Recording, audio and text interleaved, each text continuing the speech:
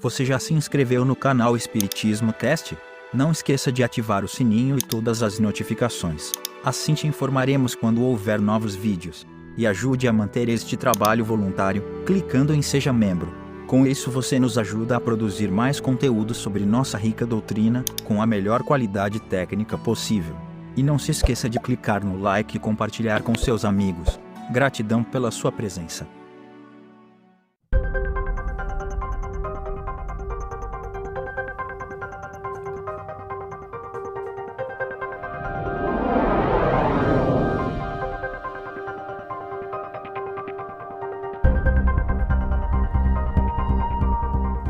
Olá meus amigos, minhas amigas, como é que vocês estão? Sejam bem-vindos a mais um episódio onde estudamos o livro Perispírito do nosso querido Zalmiro Zimmermann. Nós estamos estudando a aura, né? E vimos muitos métodos de prova da sua existência, né? De detecção de sua existência, e hoje nós vamos, no último programa a respeito, ver o método de técnicas associadas. Então, vamos lá. Casos há em que a metodologia seguida para a detecção da aura apoia-se em mais de uma das técnicas mencionadas, método misto, como, por exemplo, nas famosas experiências da doutora Valerie Hunt e sua equipe, empregando recursos eletrônicos associados aos anímico-mediúnicos, estudando o campo de energia neuromuscular estrutural e levando em conta os aspectos emocionais. A pesquisadora, utilizando eletrodos elementares, feitos de prata ou cloreto de prata, colocados sobre a pele, faziam o registro da frequência de sinais de milivoltagem baixa, emitidos pelo corpo humano, enquanto uma vidente, Rosalind Bruire, do Centro de Luz Curativa, Glendale, Califórnia, observava as auras do agente do paciente. Analisando em seguida, à luz da matemática, os modelos de ondas registrados por uma análise de Fourier e uma análise da frequência de um sonograma, os cientistas chegaram a resultados notáveis. Formas e frequências das ondas guardavam específica correlação com as cores registradas pela vidente. Operando depois com outros videntes, leitores de aura, verificaram que as variações cromáticas da aura registradas correlacionavam-se de igual forma com os mesmos modelos de frequência onda. Foram assinaladas na época, fevereiro de 1988, importantes correlações entre cores e frequências. Azul, as frequências de 250 a 275, a verde, de 250 a 475, o amarelo de 500 a 700 Hz, laranja de 950 a 1050 Hz, vermelho de 1000 a 1200 Hz e violeta de 1000 a 2000 Hz, etc. Bem interessante que essa pesquisa é muito recente, né? Você está vendo aí. Obviamente, e essa é a opinião dos investigadores, novos instrumentos e técnicas mais aprimoradas deverão possibilitar registros mais aperfeiçoados, com frequências muito mais elevadas, ainda que o até aqui alcançado já represente, sem dúvida, avanço respeitável. Diz a doutora Hunt, em todo o correr dos séculos em que os sensitivos viram e descreveram as emissões áuricas, esta é a primeira prova eletrônica objetiva da frequência, da amplitude e do tempo, que lhes valida a observação subjetiva da descarga da cor. Olha que interessante. Então, se juntando os métodos com aqueles que veem as auras, veem a cor, e com eletrodos na pele destes médiums, se chega à conclusão das frequências dessas cores vistas, né? É uma pesquisa integrada que facilita e muito as coisas. Mas o trabalho da doutora Hunt tem aspectos mais significativos ainda, operando com registros da atividade elétrica muscular e já tendo verificado que quando um vidente via uma emanação luminosa específica na aura de uma pessoa, o eletromiógrafo sempre captava um padrão também específico de frequências, que correspondiam à cor detectada, como visto, buscou a ilustre pesquisadora obter também por meio de um osciloscópio um padrão visual correspondente. Assim, por exemplo, segundo a anotação de Robert Menaro, quando um leitor de aura via azul no campo energético de uma pessoa, Hunt podia confirmar que era azul ao olhar para o padrão no osciloscópio. Num experimento, ela testou até 8 leitores de aura simultaneamente, para ver se eles concordariam com o osciloscópio assim como entre si. O resultado foi exatamente o mesmo, atestou Hunt. fantástico, embora a aura, refletindo todo o complexo de forças que sustentam e caracterizam o ser, alcance expressão maior na dimensão nominal, tudo que vive tem seu halo energético peculiar, ou seja, está em todos os lugares, não só com os seres humanos. Diz André Luiz por meio da psicografia do Chico e do Valdo. Considerando-se toda a célula em ação por unidade viva, qual motor microscópico, em conexão com a usina mental, é claramente compreensível que todas as agregações celulares emitam radiações e que essas radiações se articulem, através de sinergias funcionais, a se constituírem de recursos que podemos nomear por tecidos de força, em torno dos corpos que as exteriorizam. Todos os seres vivos, por isso, dos mais rudimentares aos mais complexos, se revestem de um halo energético que lhes corresponde à natureza. No homem, contudo, semelhante projeção surge profundamente enriquecida e modificada pelos fatores do pensamento contínuo. Então, até o próprio André Luiz vem nos dizer que realmente existe a aura em todos os seres da natureza, não só no homem. Em se tratando do ser humano, importa lembrar que o campo áurico mostra dinamicamente, a cada instante, diferentes variações cromáticas, refletindo, como já visto, os seus diversos estados psicofísicos, a dizer, sua posição intelectual, suas emoções, sua saúde física, seus temores e angústias, suas alegrias e inclinações amorosas, enfim, a sua inteira realidade evolutiva. Inserem-se nesse capítulo as manifestações conhecidas como formas, pensamentos, projeções mentais coloridas que configuram às vezes, com detalhes, as imagens produzidas pela mente. A respeito, é muito clara, mais uma vez, a lição do Espírito André Luiz. Vamos ver o que André Luiz nos falam sobre essas formas, pensamentos aqui.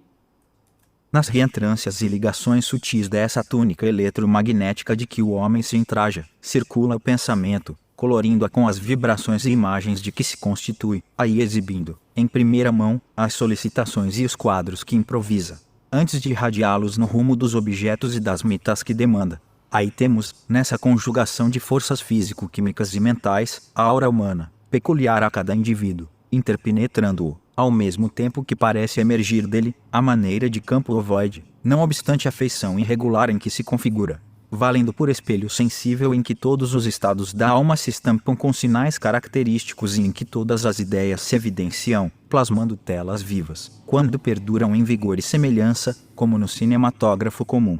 Fotosfera psíquica, entretecida em elementos dinâmicos, atende à cromática variada, segundo a onda mental que emitimos, retratando-nos todos os pensamentos em cores e imagens que nos respondem aos objetivos e escolhas, enobrecedores ou deprimentes.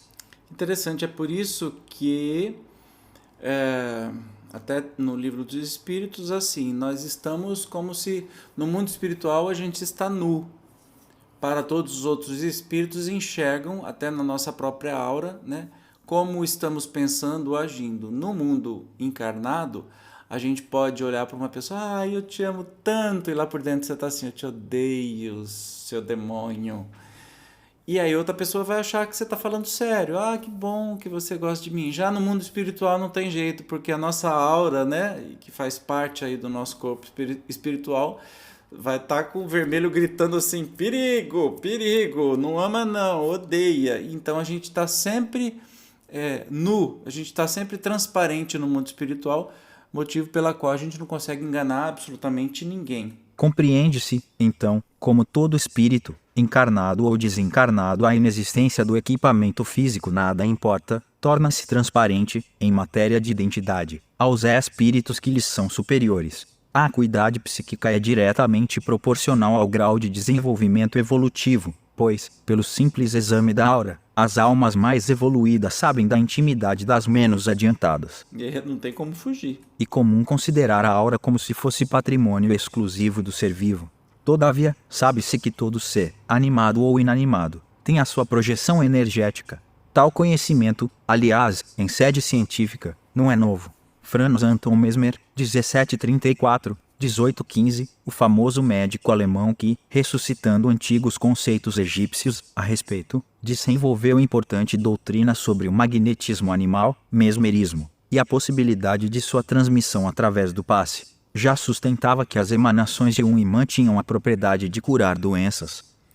Charles de Reichenbach, barão de Reichenbach, em seu célebre trabalho sobre a camada força ódica, publicado em Brunswick, 1845, com tradução francesa sob o título de Agente. Aí é sacanagem, né? Pega tudo isso aqui que vocês estão lendo. Eu não vou ficar lendo tudo isso aqui porque eu não falo francês. Simplificado na tradução inglesa para pesquisas no magnetismo, eletricidade, heat, light, crystallization, chemical alteration, tá bom. Trouxe à evidência resultados incontestáveis, demonstrando que não só os magnetos, mas também os cristais emanam uma energia que chamou de força ódica, ou simplesmente OD.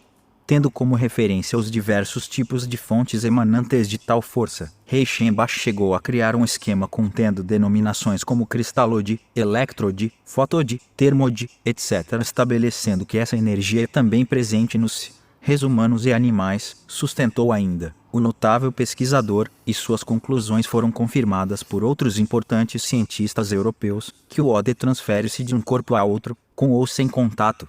Hoje, com os desenvolvimentos ocorridos no campo da psicometria e em áreas afins, desde o início do século, e com as reiteradas lições mediúnicas, amplamente confirmadas pelas pesquisas eletrônicas, o fato de que todas as coisas projetam, ao redor de si, um campo energético específico, retratando suas peculiares características e condições, surge, já, como inquestionável.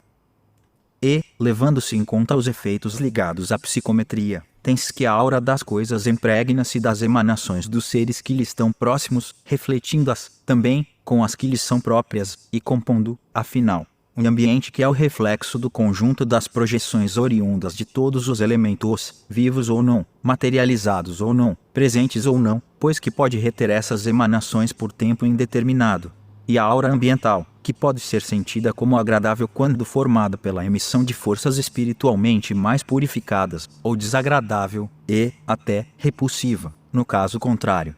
Como, evidentemente, a energia predominante, e onde ela atua, é determinante é de natureza mental, alguns autores são levados a denominá-la, também, psicosfera ambiental.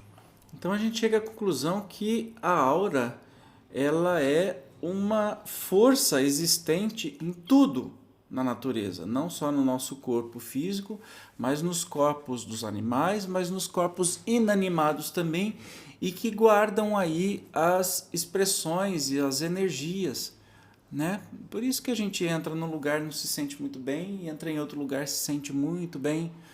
Talvez esteja ligado diretamente à aura daquele lugar, né? Pelo que a gente está aprendendo. Nessa linha, poder-se-ia também cogitar da existência da aura coletiva, a refletir o grau de evolução de uma comunidade, e, até, da aura terrestre, de caráter mais abrangente, evidenciando todas as qualidades físicas e espirituais do nosso mundo. A esse respeito, aliás, observe-se que os autores que consideram, principalmente, o aspecto espiritual da aura terrestre, têm escolhido a denominação psicosfera terrestre para definir o ambiente psíquico da Terra. Nessa direção, por exemplo, a posição do professor Cícero M. Teixeira, que, inclusive, entende tratar-se a psicosfera terrestre de um novo conceito, ao lado de outros, como barisfera, litosfera, atmosfera ou biosfera, a traduzir a existência de um envoltório constituído pela multivariadíssima gama de pensamentos e emoções que traduz o grau de evolução geral da humanidade. Que legal! Sempre que a gente pensar de aura, a gente vai pensar então agora sobre psicosfera. Ou seja, são campos elétricos, magnéticos, que têm todas as coisas em todos os lugares e que são impressionáveis de acordo com as energias que são emitidas. E muito interessante. Aí faz todo sentido aquelas teorias que dizem assim, não, pensamento positivo, vibre, agradeça, sempre coisas boas, você vai impregnando aquele lugar de boas energias e com isso vai te ajudando a sair de um ponto ruim para um ponto melhor, até de estado mental e tudo mais. E aquela história de você ter uma casa que você é feliz, traz uma energia acolhedora quando você recebe seus, eu me sinto tão à vontade aqui, que gostoso, o que será isso? Enquanto outros lugares são tão repulsivos, né? que tem as energias tão piores, estão todas dentro dessa psicosfera, ou disso que a gente pode chamar de aura. Nossa, que legal, tá ficando maravilhoso. E aí, gostou do estudo de hoje? Nós finalizamos hoje a questão da aura. No próximo nós vamos falar sobre perispírito e evolução. Tá imperdível, se fosse você, não perderia não. Até lá, tchau!